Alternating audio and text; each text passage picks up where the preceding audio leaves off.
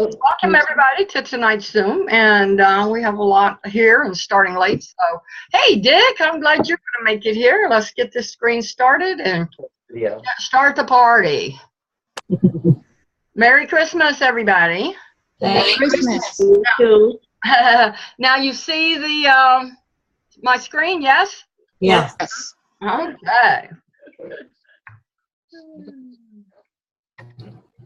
It's got to be funny. Jib jab. Oh, jib jab. I love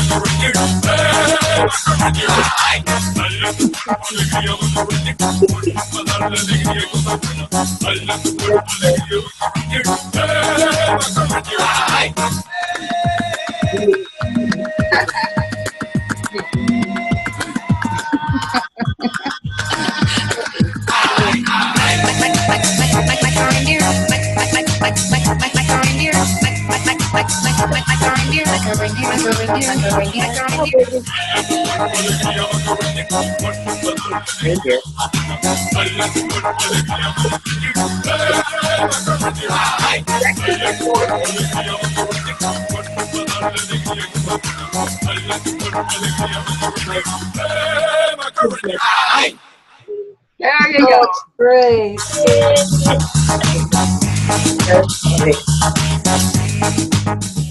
That's adorable. Anyway, the coaches had no idea that we were going to start off with that, so I think that's they cool. just had to endure that.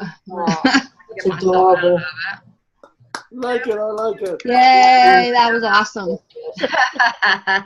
What'd you think, Dorothy? Oh, that was very cute. Did I make you smile? Oh, absolutely. That was fun. All righty, let's get started again here. Get rid of my thing. I'm still in my. Okay. Dick got to see it. I saw him coming there. Marsha, how did yours and Dick's trip go? You got the oxygen and everything you needed? Yeah, it wasn't bad. Yeah. When'd you get there? Actually, we got here about 20 minutes early, a little bit after 12. And the weather's good. I'm still cold. Oh. 50 degrees is cold. So it's different. Yeah. Well, I'm just glad you're there, and you look good too. You look rested, actually. This Better. Yeah, this evening's agenda is really attached to last week, because last week Rhonda showed up, and we decided just to hold everything off to this week. So I had a few things that I fixed. Our little movie, for one thing.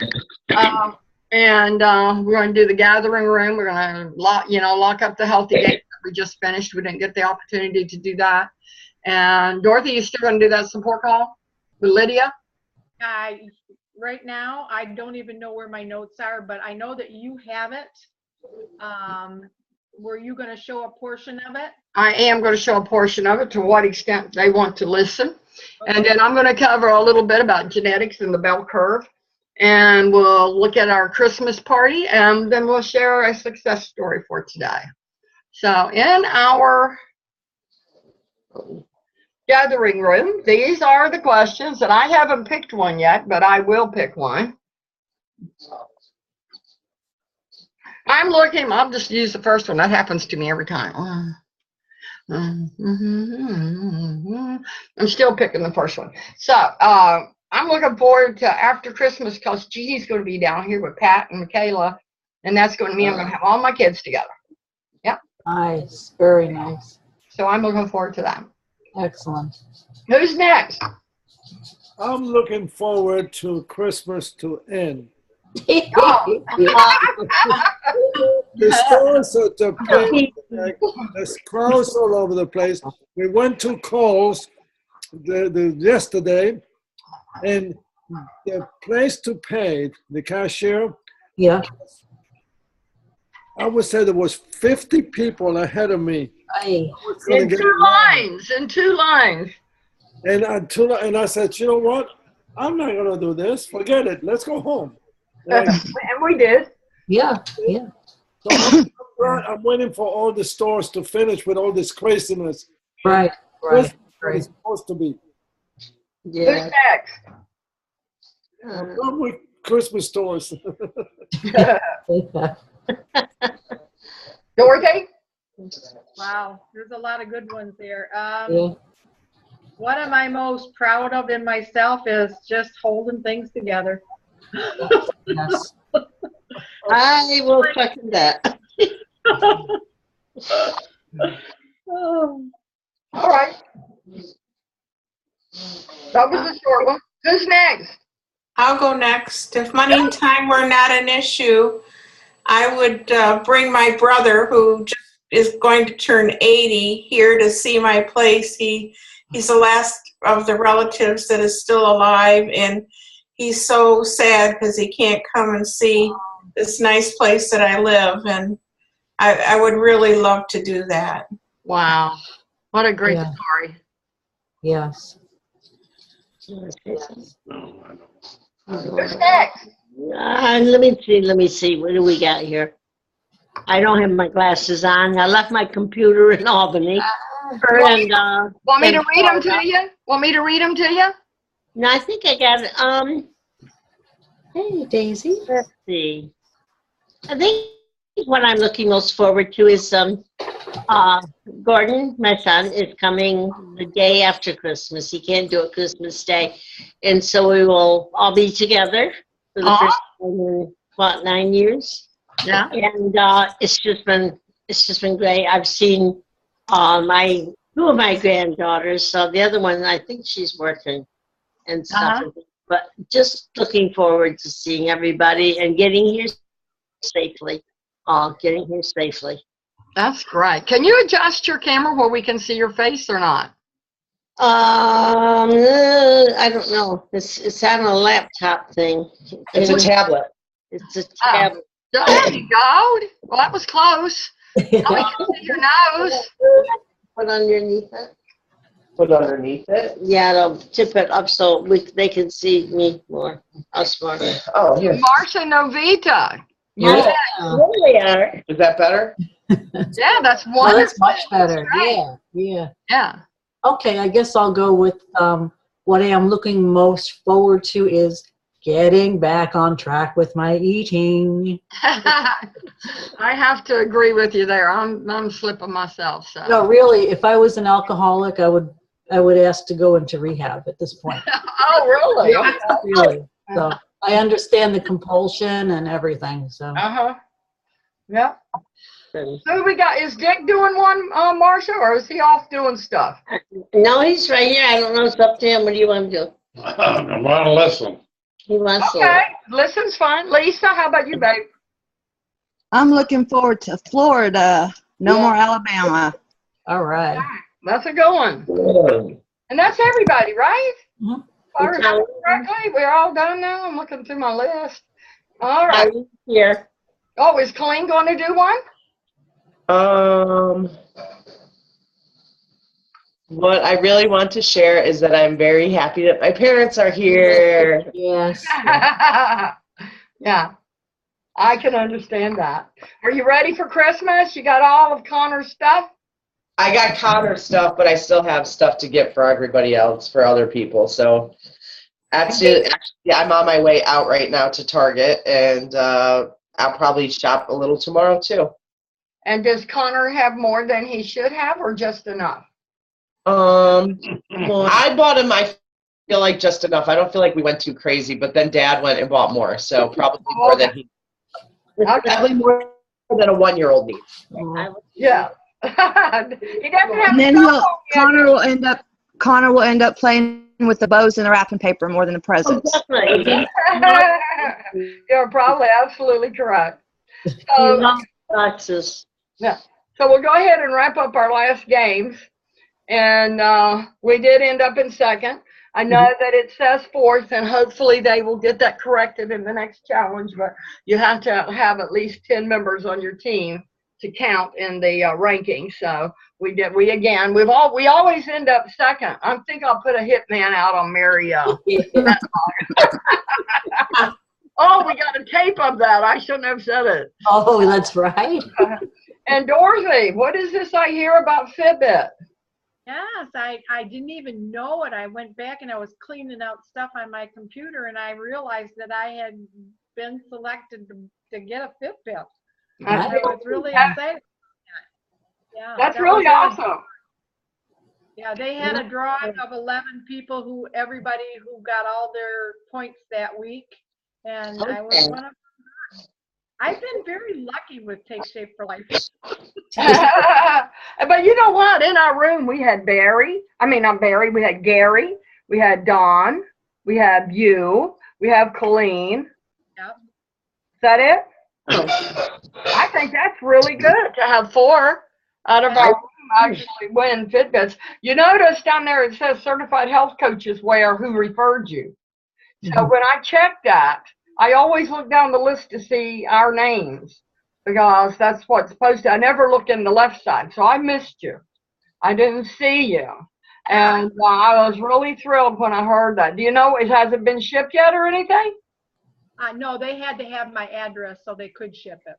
That is really cool. Congratulations, Dorothy. Thank you. So out of 450, huh?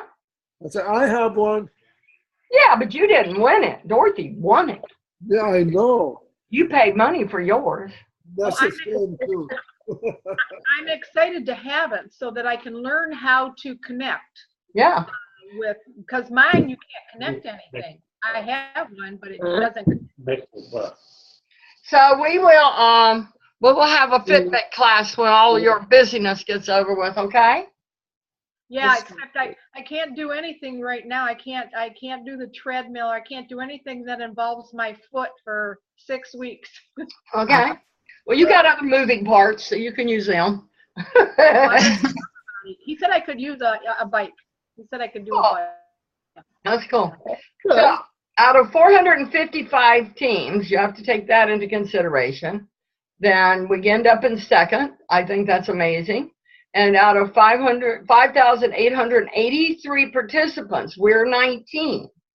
So that means we beat out better than 58-60.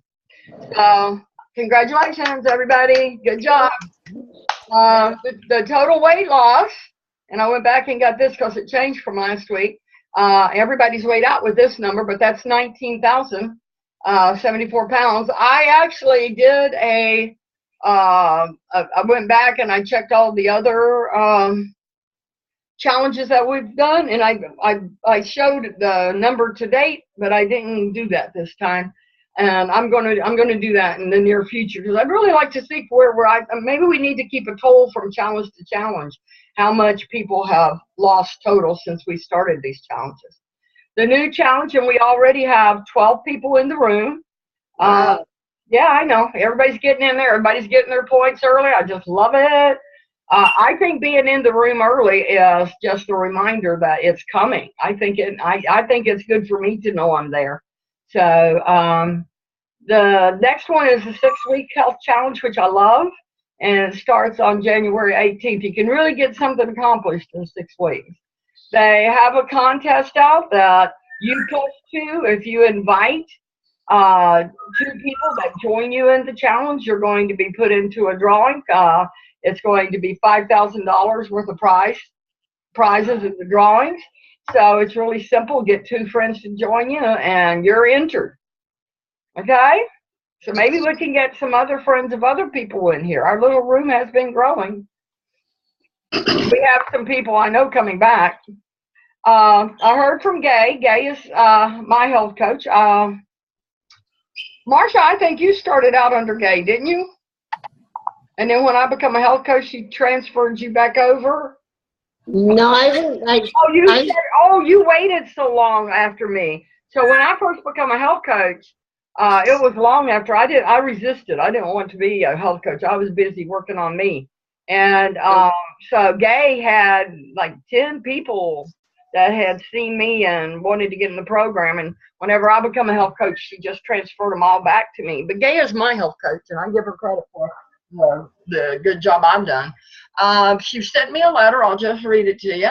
And she says, Connie, please share my heartfelt congratulations to your whole team on your second place win.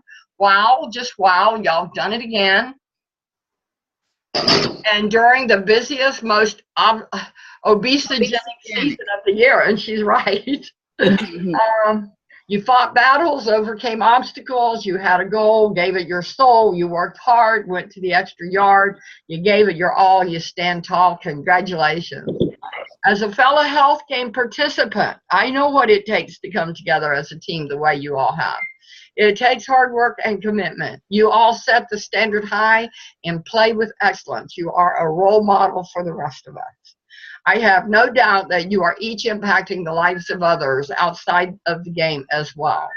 In a world where many people feel powerless in shaping their well-being, you have taken personal responsibility for creating optimal health in your life. I know that your team's success translates into individual transformations one day, 1 week, one health game round at a time. It's stuff like this that makes me love health coaching so much. Your success gives others hope. Each of us have our own obstacles and things that demand our attention and can easily get us off track. Your perseverance is inspiring. Congratulations on success as both a team and as individuals. Seriously, second place only in my dreams. Yours, health and hope. I thought that was really nice that he wanted to, reach out to us like that. So I didn't get to share it last week, but I got to share it this week. Now, Dorothy, I'll let you set this up. And the call is, I'm going to say it's really too long to listen to here, but we'll find an appropriate spot to stop. But what I'll do is I will post it and Huddle Up tomorrow. So if what we don't finish, you can go back and listen to it in the Huddle Up rather than delay getting off of here tonight. But go ahead, Dorothy, you set it up, and then I'll start playing when you tell me. Honestly, Connie, my brain is not even thinking. It's talking about right brain, left brain. And yeah, tell them where, what I'm talking about setting it up. Tell them where you found it and why you have the help. And it was November the 26th of 2014. And I thought it was really an important one for everybody to listen to. It's talking about the brain and how, and we can go from there. Yeah, how it functions. Hi, this is Lydia, and we're going to be talking about the two-part brain. This is something really important to understand in changing our brain, and I'll tell you a little bit about how it works. So a lot of what I'm talking about is coming from an awesome book by Catherine Hansen called Brain Over Binge, which I would highly recommend, and I think that you would really enjoy. But these principles really have transformed and changed my life with my own struggles with, eating and binge eating and those sorts of things. So let's play a game, shall we?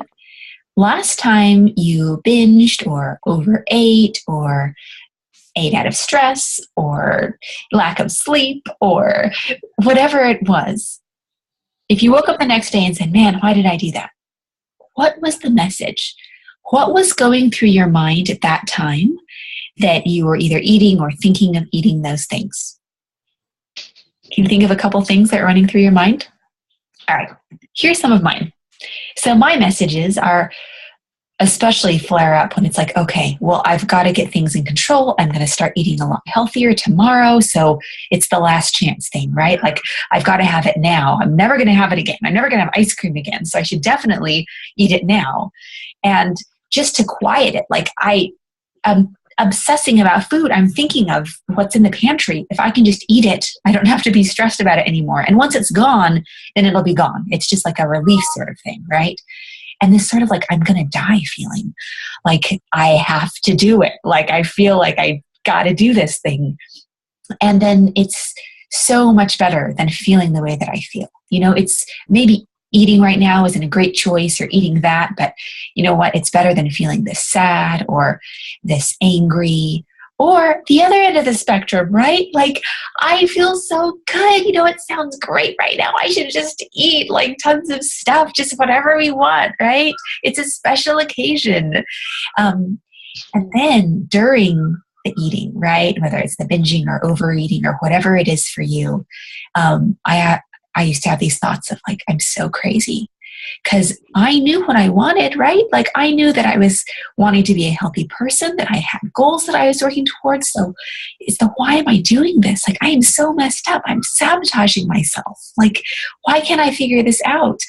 And then once I actually did it, then I've really got to do something about this, right? Like this has gone way too far. I have got to, starting tomorrow, everything is changing. Mm-hmm. And since I'm starting tomorrow, I better have this tonight. Do you see the cycle? Yeah. Any of those things sound familiar with how you felt in the past or what's gone through your mind? And there's something that's an interesting term. Nick Fry, the behavioral psychologist on our team, he told me a term called dirty discomfort, which means that you don't just feel uncomfortable, but you feel uncomfortable about being uncomfortable. Like, I don't just feel bad that I ate that. I feel bad that I feel so bad that I ate that. Do you see the cycle that's happening here? Okay, so those are the messages that run through our mind. But once you understand the two-part brain, I think that everything will be so much more clear. I know that it was for me. So we're going to compare the two parts of your brain. Part one that we're going to talk about is it, the lizard brain. It's the lower brain. It's the primal brain. It's back in your amygdala. Compared to your higher human brain, the I, the real you, the prefrontal cortex. So the lizard brain, its only job is survival, and it does that really well. This is the part of your brain that, as a cave person, when you ran across a bushel of berries, this part of your brain said, eat it all. Eat till you're sick. You don't know when you're going to have more food. If you found some food, eat as much as physically possible. This is the part of your brain that really keeps you going through the famine. It's the survival part, right? It's the eat as much as you can, store as much fat as you can, because when there's no more food, you're going to last a really long time, okay? The answer is always eat. This part of your brain, whatever you ask it, the answer will always be eat. Have you ever been really happy and wanted to eat, or really sad and wanted to eat? That's because the answer is always going to be eat from this part of your brain. So the lizard brain also cannot be reasoned with. So it doesn't work that way. So convincing it or telling it how important your goals are, it can't be reasoned with. That's not something that it does. But what's really empowering is this part of your brain cannot move. It can't walk. It can't open the fridge. It can't take anything out of a wrapper. Movement is not part of this section of your brain. And it also is not the verbal section of your brain. So it can't talk, which makes it a little tricky, because anytime that your lizard brain communicates with you, guess whose voice it has to use? Yours. So all of these messages end up sounding just like you. And I can understand why in the past you've believed that those are the things that you think and are telling yourself. So let's compare that to the real you, right? The higher human brain, the prefrontal cortex. This is your morals and your reason. This is the part of you that knows you want to be healthy, that has goals that you're working towards, that knows why it's so important to you to live a good life. This is the things that you really want, the real you. This is the part of you that by comparison makes you feel so crazy when you know you want to be healthy, but you see yourself eating this junk out of control. It makes you feel so crazy because this part of you knows what you really want. But what's amazing is this part of your brain has the power of decision. Catherine calls it free won't. This part of you moves and talks. You will never go to the fridge. You will never eat anything or do anything if it isn't passed through and okay with the real you, this part of your brain. So why do these things get muddy? Why don't we just live out of the true us? Well, so we'll leave that there. And I can see definitely, Dorothy, why you felt this was worth sharing. Oh, yeah. And I will. Anybody want to contribute anything on that? I mean, there was a lot of whistles and bells going off for me. Yeah. Most definitely. Yeah. So we'll post that, and you can pick it up. Let's talk about where it. We these parts of your brains live in now we need to go to the next slide. different places. So I need to get out of this. Let's escape. There we go. There you go. There you go. Yeah. So, and up next we have, who wants to cooperate with me? The birdie's happy. Oh, I know what it is. I'm up here. There we go. That's why I wouldn't. Did everybody get to see the pictures? Yes. Yes. Is there any no in the group? Mhm. Okay, good. We'll skip this. We could talk about it a little bit. Martha, you were there. Martha, you were there. Carol, you came in on the Zoom, you and Dorothy. So, Marcia, why don't we start with you and you just say a little bit about the party for people who didn't get to be there? Yes. Uh-huh. It was a lot of fun. Which March? I get confused. You. Uh-huh. Oh, it was great. We had a lot of people, a couple of guests, and the food was absolutely out of this world. Yeah. Absolutely. And Rhonda did a beautiful job with that room and presenting everything and making everybody feel so comfortable and at home. Go ahead. Carol, why don't you give us a thing about when you were calling in? That was fun. Dorothy called in, Carol called in, and Jerry called in. Go ahead. And you felt like you were really part of the party, being there and then seeing the room and everything. It was almost as if you were right there. No. It was really good. Oh, I wish you were. We loved that you came. And Martha. All right. It just is. She's such a great hostess. Yes, yes. And her room was beautiful. Mm-hmm. She's already planning next year's. I love the stealing the gifts. Tell them about the stealing the gifts. Dick was stealing, right? And Rhonda stole Tony. If he's still crying over that. And there's the computer everybody was on. Tony was number one, and then they took his, and then Dick took the bug zapper. And every time they went to it, she'd say, "Don't take this, I really, really want it." But then she ended up with something that was even better for her. For her, what she wanted, yeah. And Dorothy. Yeah, I made sure that I had made myself a really nice, very fancy chicken salad before I sat down, a salad with chicken in it, before I sat down so I wouldn't feel bad because I wasn't there. Yeah. But it was really fun. It really was fun.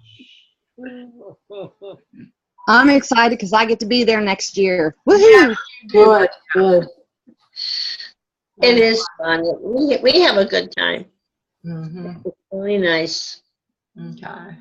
So now we're going to talk about the genetic bell curve. This is something that I prepared last week. I was probably more prepared last week than I am this week, but it's kind of easy to understand.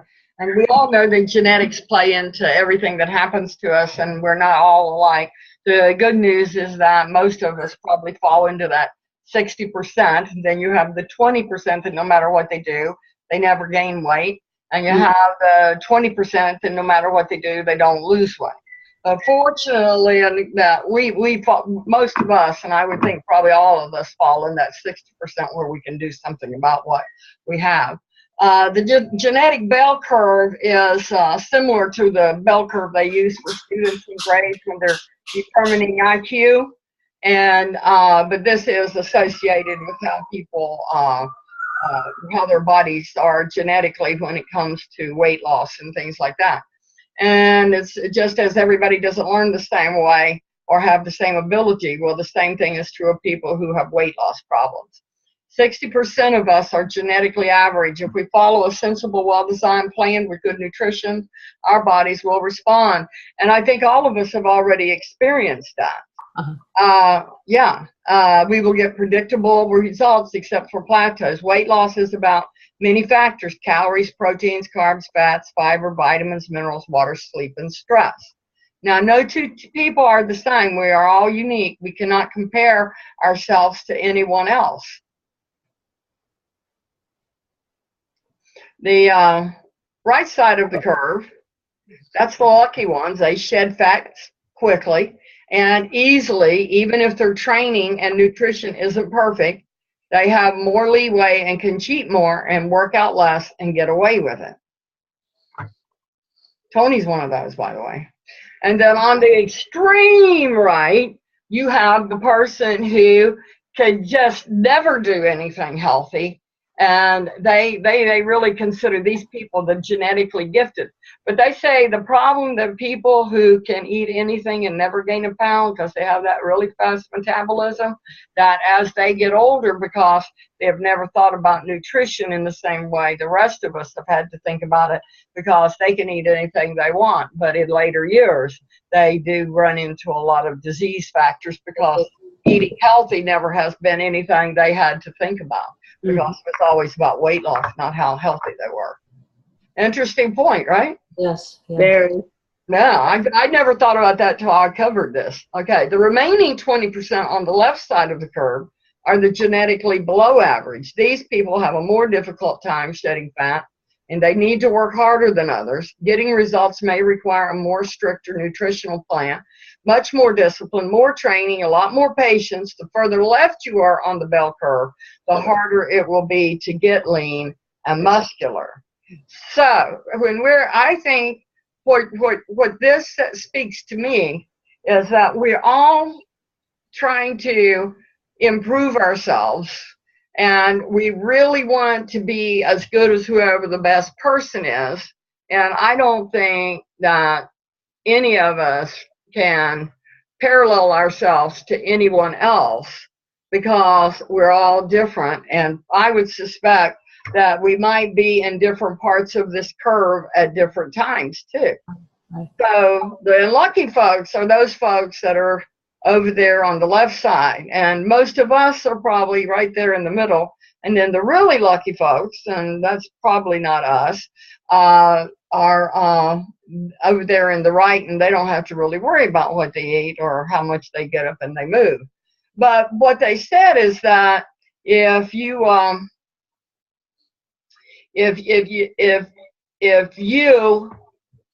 do what you're supposed to do and do it consistently, you can know where you fall on that bell curve, because you will experience, and I would think all of us can probably answer that question right now. So when you are compliant, do you lose weight rapidly? Yeah. So obviously you're not on the left side of the curve, and that's true with me. And it might even mean you're further to the right. So I think figuring out where you are on that genetic curve, because I think you're going to come out better than what you would do if you didn't figure it out. And then you would know your options are better than maybe what you thought they were. What might have seemed like a losing battle might actually have been just not knowing what you were capable of doing. What keeps someone from reaching their potential? Think habit, not diet. Good habits are not easy to form, but once you have them, they are just as hard to break as the bad ones. So when we're doing these challenges and people are in and out of the challenges, and it applies to everyone except the coaches, we're here all the time. But I know from talking to people that when they take off of the challenge, it is different from when they're in the challenge in terms of how well they do with their eating. So at least when you're in a challenge, you're putting yourself in a place where you can do your best.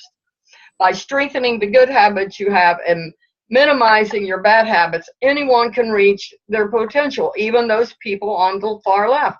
But they have to want it. It has to be something that you want bad enough that you'll do what it takes to get it. The beginning of a habit, I was saying this to you last night, Lisa, because I had covered this in this chapter. But the beginning of a habit is like an invisible thread. But every time we repeat the act, we strengthen the strand.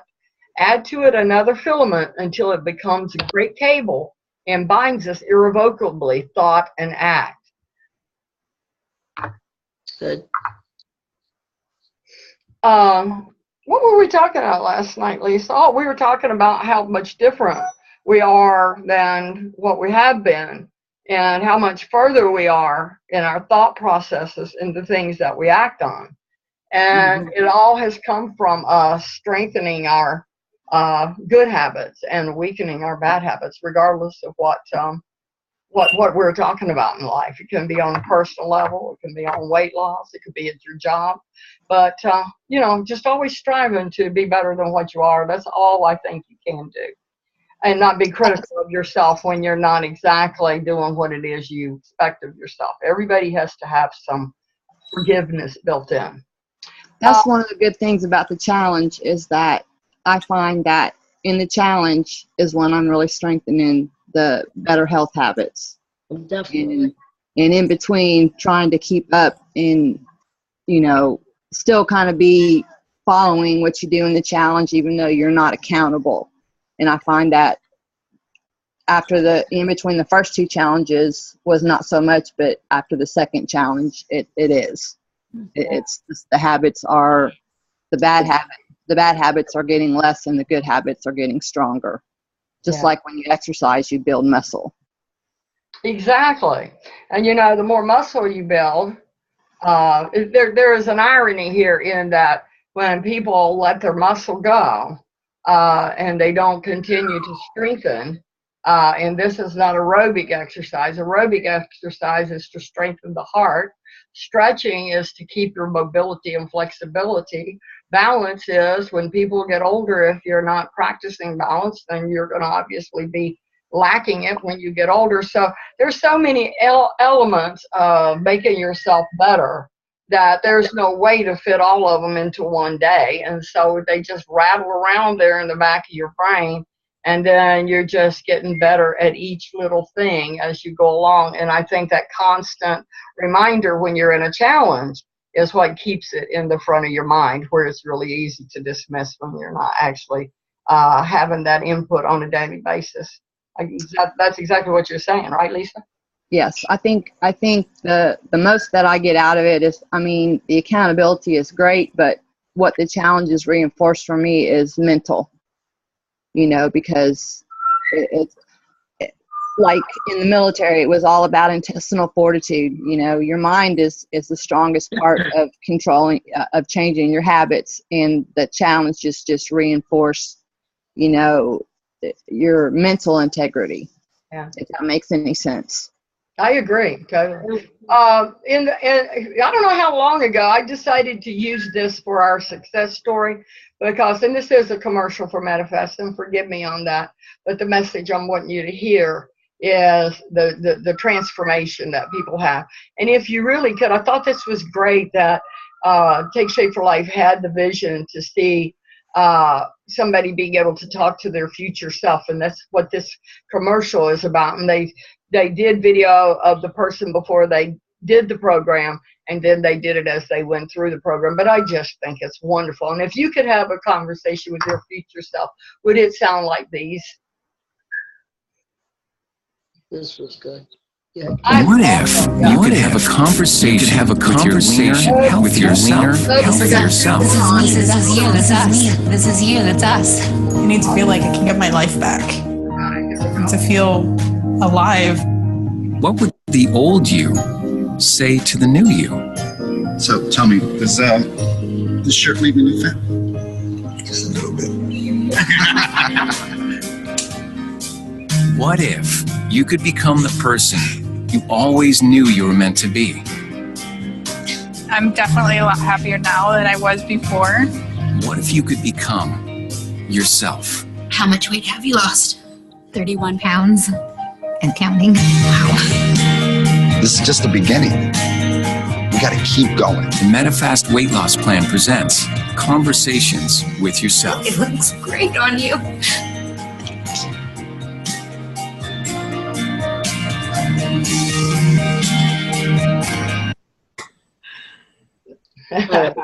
Did we get any tears? I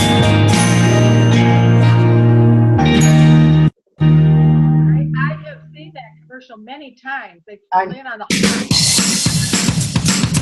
There we go. We'll get past that. Go ahead, Dorothy. You look at you wiping your eyes. I know. Just the idea of being able to talk to yourself. Yeah, I've seen it many times on the Hallmark Channel. Yeah. Do they still play them? I haven't seen it lately, Yeah. Not this particular one. No. Has anyone not seen this? Yeah, I haven't seen it. Well, I'm glad I shared it. No commercial about talking to yourself. So now that the challenge is over, where are you? Are you set to gain, to maintain, or to lose?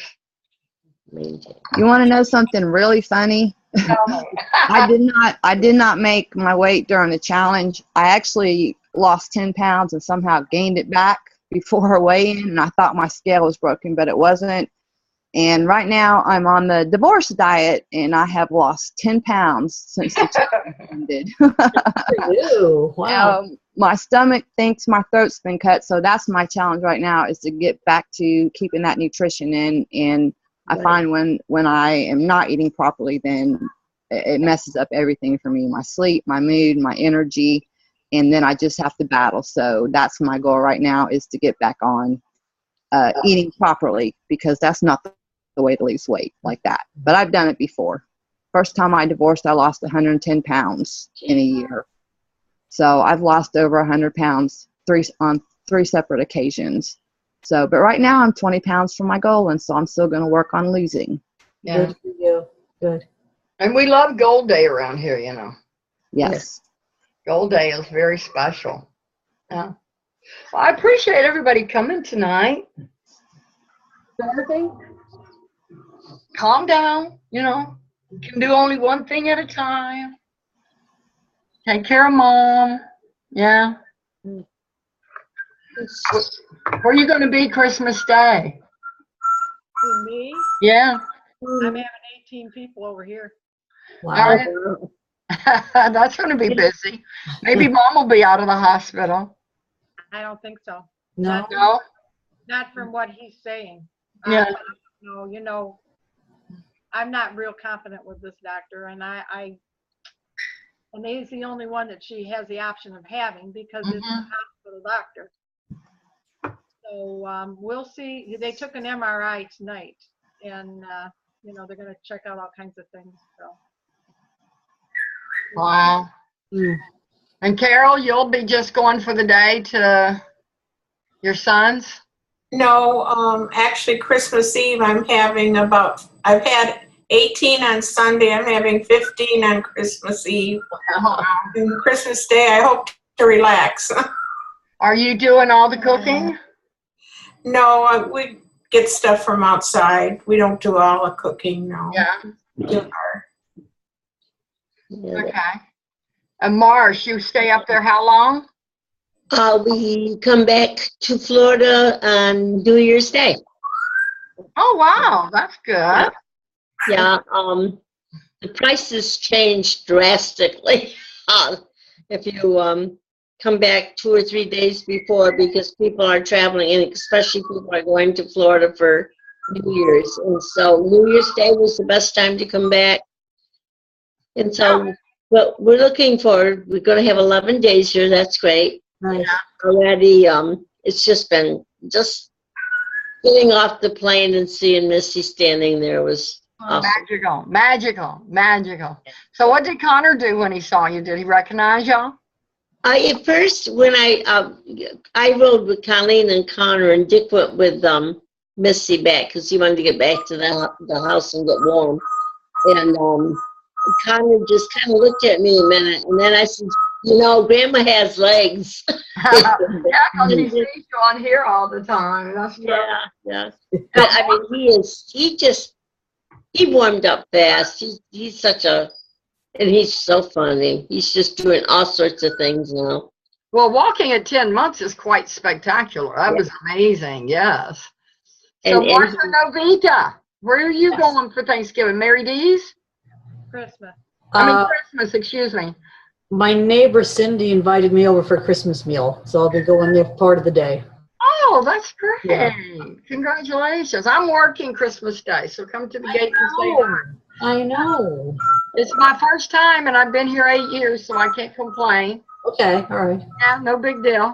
And Tony's going to be home waiting for me to get off, so we can go together over to the children's.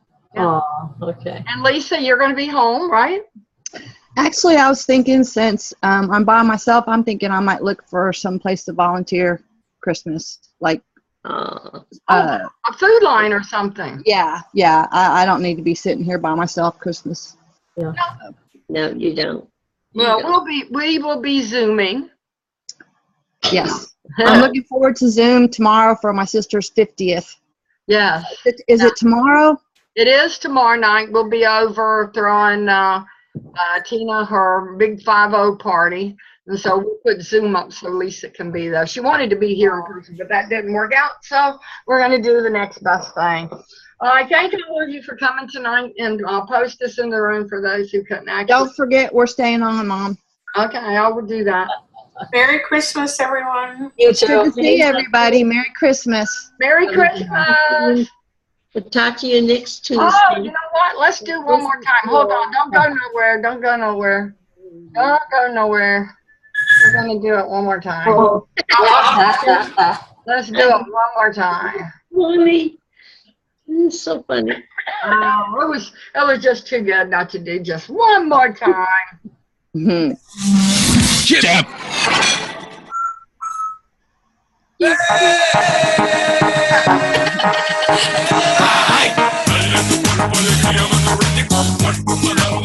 Can't see it.